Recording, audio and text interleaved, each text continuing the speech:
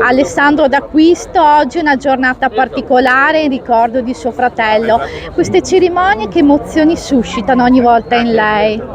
Guardi, c'è sempre un'emozione perché le dico la verità, da quando è cominciato il processo di beatificazione è stato meno pesante, nel senso che pensare che Salvo sta in contemplazione di nostro Signore Domine Dio è stato di conforto, mentre prima si pensava alla vita quotidiana, invece che a pensare che Salvo si dedicava per eliminare tante brutture che all'epoca in cui si è iniziato il processo c'erano in Italia, è stato di grande conforto.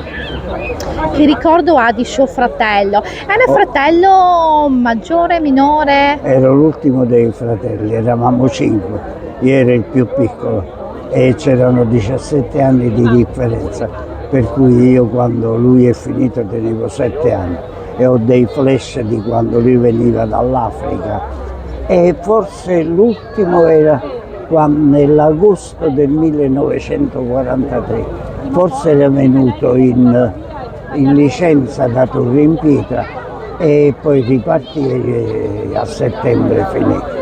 Se restava a Napoli, forse oggi commemoravamo io e lui, chissà che. Immaginando che sia qui o comunque che ci stia vedendo, Salvo d'Acquisto, che cosa direbbe suo fratello? Guardi, beh, io non lo so, io veramente quando si iniziò il processo di beatificazione, e penso lo dissi proprio a Parolin durante una cerimonia, perché un giornalista vaticanista eravamo andati là per la cerimonia e mi disse ma qua la Chiesa quando si decide a farlo così?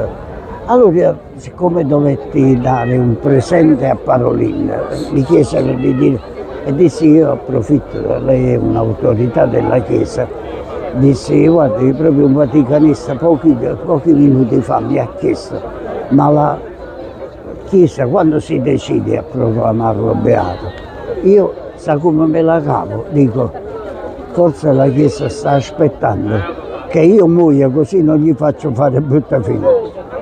Adesso sembra che stiamo alle soglie della non so se aspettano sempre che io muoia oppure posso vedere questo giorno. Mi farebbe piacere, certamente. Io ho fatto quello che io, come oggi, mi chiamano e io intervengo, fin quando mi volete, sto a disposizione di mio fratello.